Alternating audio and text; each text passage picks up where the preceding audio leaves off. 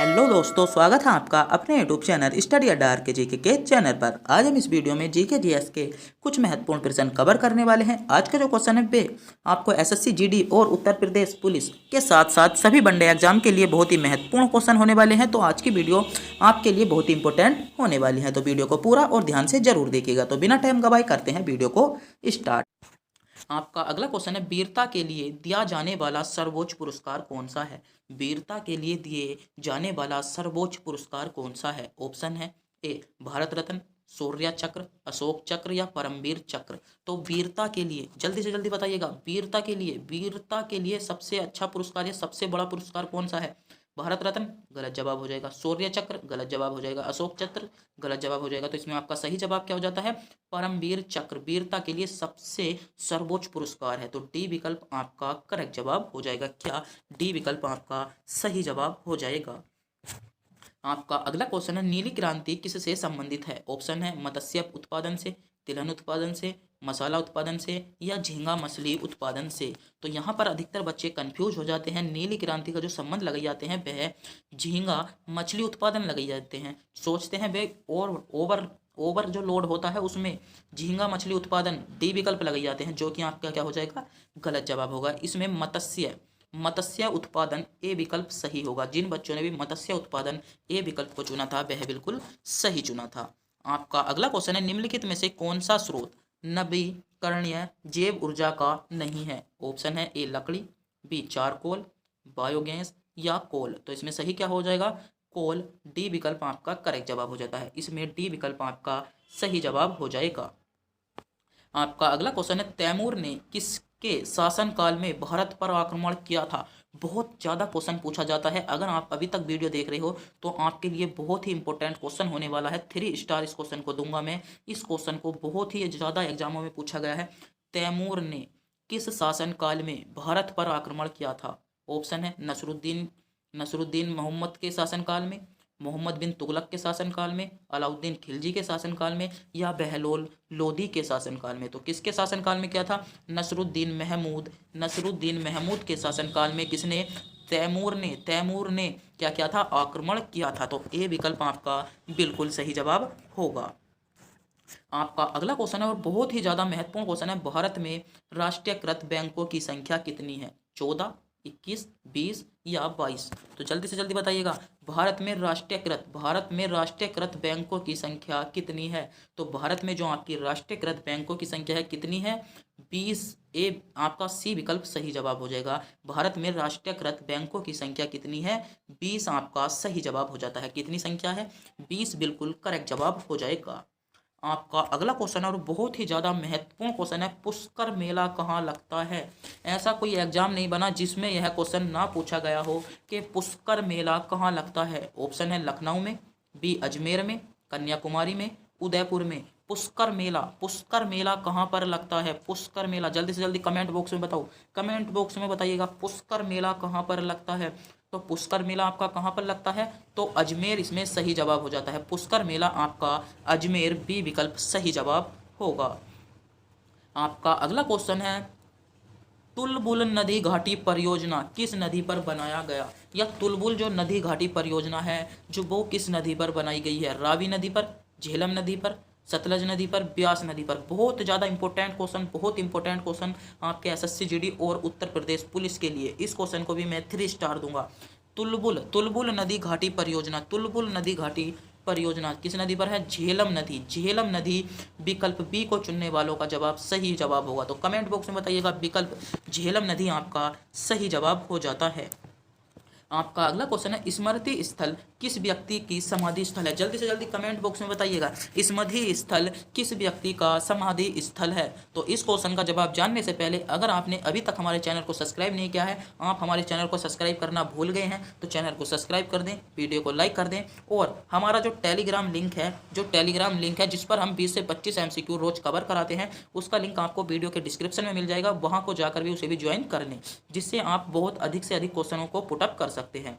तो किससे संबंधित है? तो इसमें आपका सही जवाब क्या हो जाएगा? इसमें आपका अटल बिहारी वाजपेयी डी विकल्प हो जाता है। क्या स्मृति स्थल जो आपका किस व्यक्ति का समाधि स्थल है? तो अटल बिहारी वाजपेयी आपका सही जवाब हो जाएगा।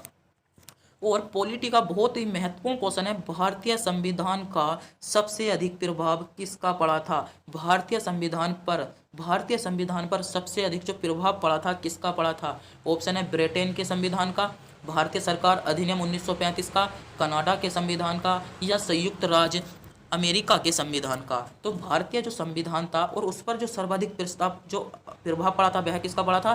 भारत सरकार अधिनियम 1935 का पड़ा था। किसका? भारत सरकार अधिनियम 1935 का पड़ा था। तो इसमें बी विकल्प आपका सही जवाब होगा। क्या? बी विकल्प आपका सही जवाब हो जाता है। और बहुत ही इंपॉर्टेंट क्वेश्चन आपकी स्क्रीन पर आ चुका है, शेरशाह सूरी का मकबरा स्थित है।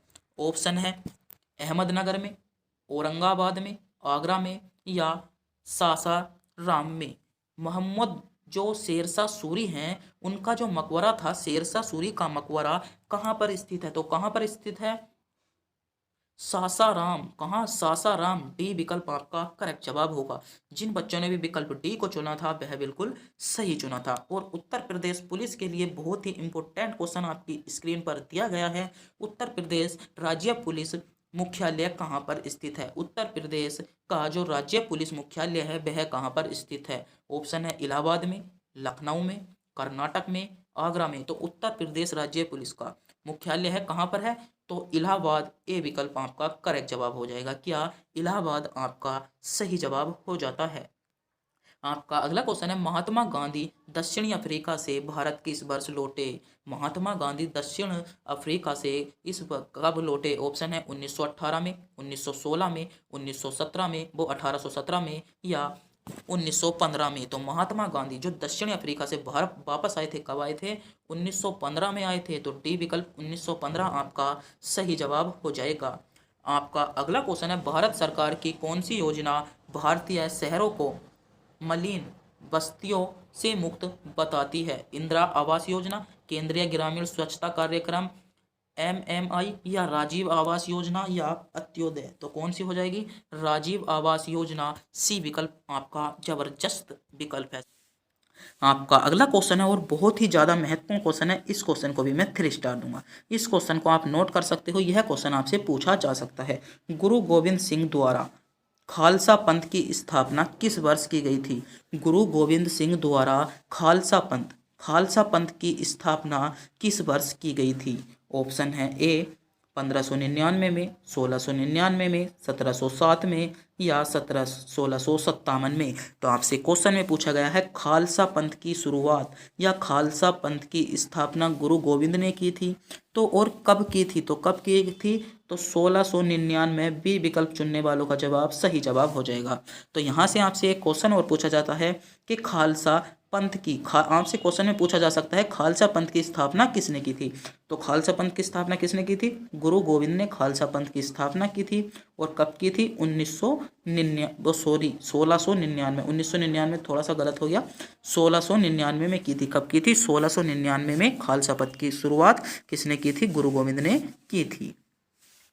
आपका अगला क्वेश्चन है, पंचशील के सिद्धांत का प्रस्तावक कौन था? पंचशील के जो सिद्धांत थे उनका जो प्रस्तावक था वह कौन था? ऑप्शन है ए महात्मा गांधी, बी महात्मा बुद्ध, पंडित जवाहरलाल नेहरू, या स्वामी दयानंद सरस्वती। तो आपसे क्वेश्चन में पूछा गया है पंचशील के सिद्धांतों का प्रस्तावक। जल्दी से जल्दी बताइएगा, पंचशील के सिद्धांतों का प्रस्तावक कौन था? तो पंचशील के सिद्धांतों का प्रस्तावक कौन था आपका? इसमें सही जवाब हो जाएगा महात्मा गांधी। आपका करेक्ट जवाब हो जाता है। क्या? महात्मा गांधी। आपका इसमें क्या जवाब हो जाएगा? महात्मा बुद्ध इसमें सही जवाब हो जाएगा।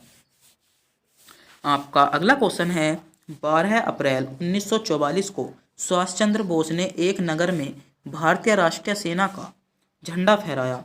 वह नगर इस समय राज्य या केंद्र शासित प्रदेश में है। ऑप्शन है ए अंडमान निकोबार द्वीप समूह में, बी त्रिपुरा में, या मणिपुर में, या मिजोरम में। तो आपका इसमें सही जवाब क्या हो जाएगा? इसमें आपका करेक्ट जवाब हो जाता है अंडमान निकोबार द्वीप समूह। ए विकल्प आपका सही जवाब हो जाता है। क्या? अंडमान निकोबार द्वीप समूह इसमें आपका सही जवाब हो जाएगा। आपका अगला क्वेश्चन है, भारत के नियंत्रक एवं महालेखा परीक्षक का कार्यकाल कितने वर्षों का होता है? बहुत महत्वपूर्ण क्वेश्चन है आपके लिए। यह क्वेश्चन आपसे पूछा जा सकता है। तो इस क्वेश्चन को भी मैं 3 स्टार देने वाला हूँ कि भारत के नियंत्रक और जो महालेखा परीक्षक का जो कार्यकाल होता है वह कितने वर्ष होता है? ऑप्शन है 3 वर्ष, 4 वर्ष, 5 वर्ष या 6 वर्ष। तो उनका कार्यकाल कितने वर्ष का होता है? तो आपका इसमें सही जवाब हो जाएगा कार्यकाल 6 वर्ष का होता है। कितने वर्ष का? 6 वर्ष डी विकल्प में आपको दिया गया है। तो डी विकल्प आपका करेक्ट जवाब होगा। आपका अगला क्वेश्चन है भारत का प्रथम मुख्य चुनाव आयुक्त कौन था? भारत का प्रथम मुख्य चुनाव आयुक्त, महत्वपूर्ण क्वेश्चन है, जीबी मामलिंकर, टी स्वामीनाथन, के सुंदरम या सुकुमार सेन। भारत के प्रथम चुनाव आयुक्त कौन थे? भारत के प्रथम चुनाव आयुक्त कौन थे? तो सुकुमार सेन। डी विकल्प आपका सही जवाब हो जाएगा। क्या? डी विकल्प सुकुमार सेन आपका सही जवाब हो जाता है।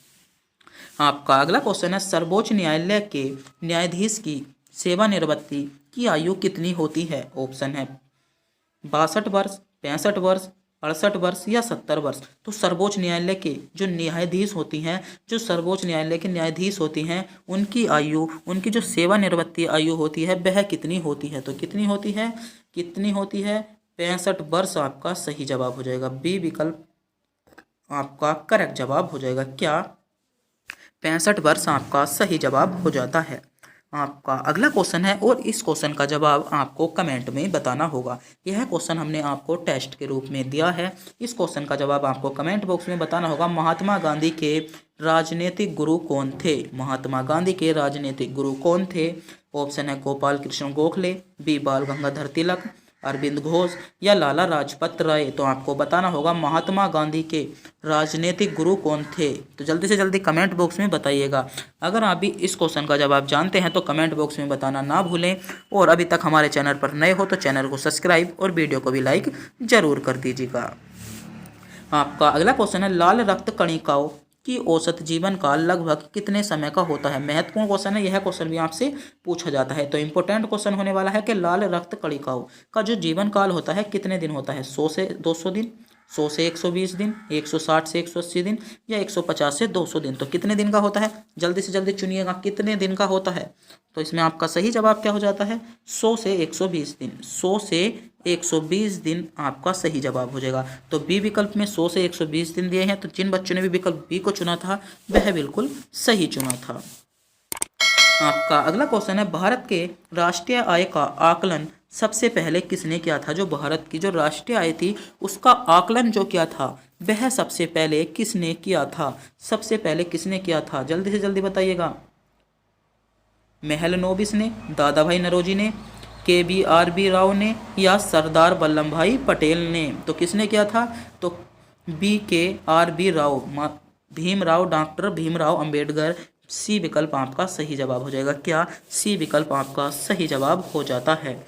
आपका अगला क्वेश्चन है निम्नलिखित में से कौन सा देश पाक स्टेट से जुड़ा है? महत्वपूर्ण क्वेश्चन है। पाक स्टेट से कौन सा देश जुड़ा है? ऑप्शन है भारत और श्रीलंका, उत्तर कोरिया एवं दक्षिण कोरिया, पाकिस्तान और चीन, ब्रिटेन और फ्रांस। पाक स्टेट से कौन सा देश जुड़ा है? तो पाक स्टेट से कौन से देश जुड़े हैं? आपका भारत और श्रीलंका आपका सही जवाब हो जाएगा। तो ए विकल्प चुनने वालों का जवाब बिल्कुल सही है। भारत और श्रीलंका आपका सही जवाब हो जाता है। आपका अगला क्वेश्चन है भारत में पहली बार राष्ट्रीय आपातकाल की घोषणा कब की गई थी? ऑप्शन है 1962 में, 1966 में, 1978 में या 1987 में। तो राष्ट्रव्यापी आपातकाल था उसकी स्थापना कब की गई थी? राष्ट्रव्यापी आपातकाल की तो कब की गई थी उसकी घोषणा? आपका सही जवाब क्या हो जाएगा? 1962 आपका सही जवाब हो जाता है। क्या? 1962 आपका सही जवाब हो जाता है। तो 1962 में आपकी एक घटना और हुई थी। क्या हुई थी? 1962 में आपकी एक घटना हुई थी, प्रसिद्ध घटना थी। तो वह 1962 में एक घटना हुई थी, भारत और चीन का युद्ध हुआ था। भारत और चीन का 1962 में युद्ध हुआ था। बहुत प्रसिद्ध घटना है।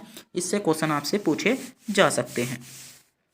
आपका अगला क्वेश्चन है शीत ऋतु में पशुओं की प्रसुप्ति काल को क्या कहते हैं? जो आपकी पशुओं की काल, शीत ऋतु का जो काल होता है उसको हम क्या कहते हैं? तो उसको क्या कहते हैं?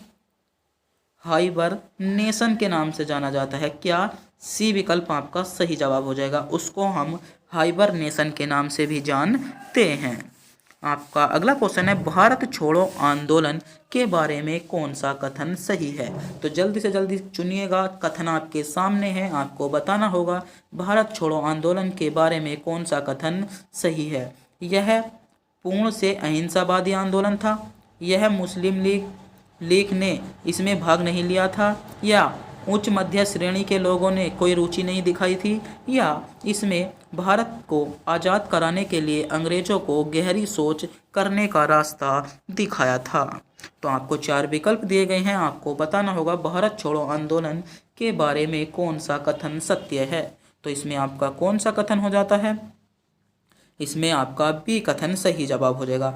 मुस्लिम लीग ने इसमें भाग नहीं लिया था। तो कौन सा कथन सही हो जवाब हो जाएगा? बी कथन इसमें सही जवाब हो जाएगा।